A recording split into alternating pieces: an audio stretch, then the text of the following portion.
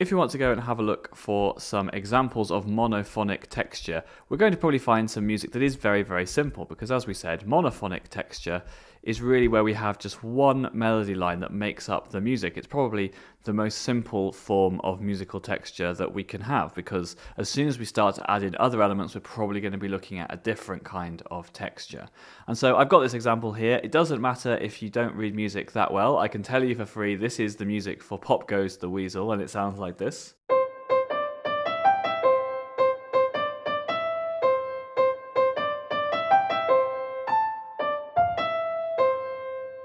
It doesn't matter if you can read those notes. One thing that's important to note is that this is the first line of the music here along the top, and we play this music first and then we go down to the next line. So these aren't things happening at the same time, which we sometimes get in music where, lines of music are stacked up, and we might even see an example of that very soon.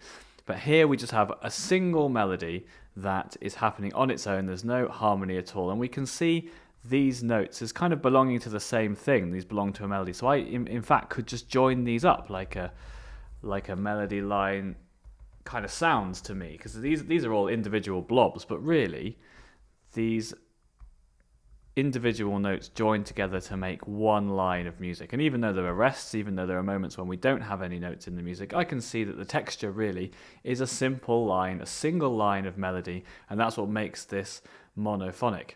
Sometimes we get situations where there's a load of instrumentalists or singers all playing the same pitches, but they might be playing them in different octaves. So if you imagine when you get a group of people all together to sing Happy Birthday, say, to somebody, for some people, for the men like me, there'll be certain notes that feel more comfortable, a certain octave where those notes are easier to sing. And for the ladies, and maybe for the younger people, there'll be a higher octave that's just more comfortable because of where your voice is. But probably, because there's no other elements, we've just got this single melody, everything's happening at the same time, we can still call this a monophonic texture, even though there's notes in multiple octaves going on, because really those notes are in what we call unison.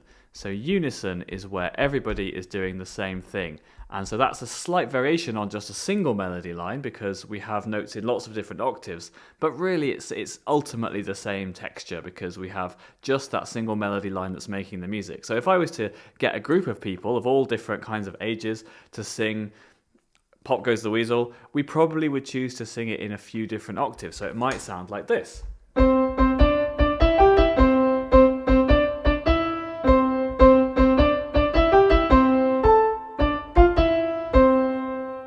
Some people down low, some people up high, but ultimately because we're all in unison, we're still making what could be called a monophonic texture.